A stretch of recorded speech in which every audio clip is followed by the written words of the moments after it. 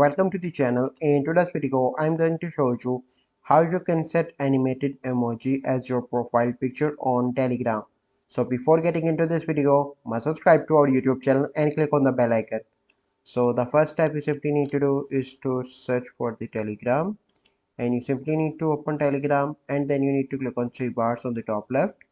Here you need to click on the settings, and then you need to click on set profile photo, and here you need to click on use an emoji, and here you can see different emojis. So let me select this one, and you can choose the background as well from here. Okay, and then you need to click on set profile photo. So here you can see that now it is updating. So this is a process by which you can update your emoji profile picture. So I hope you find this video helpful.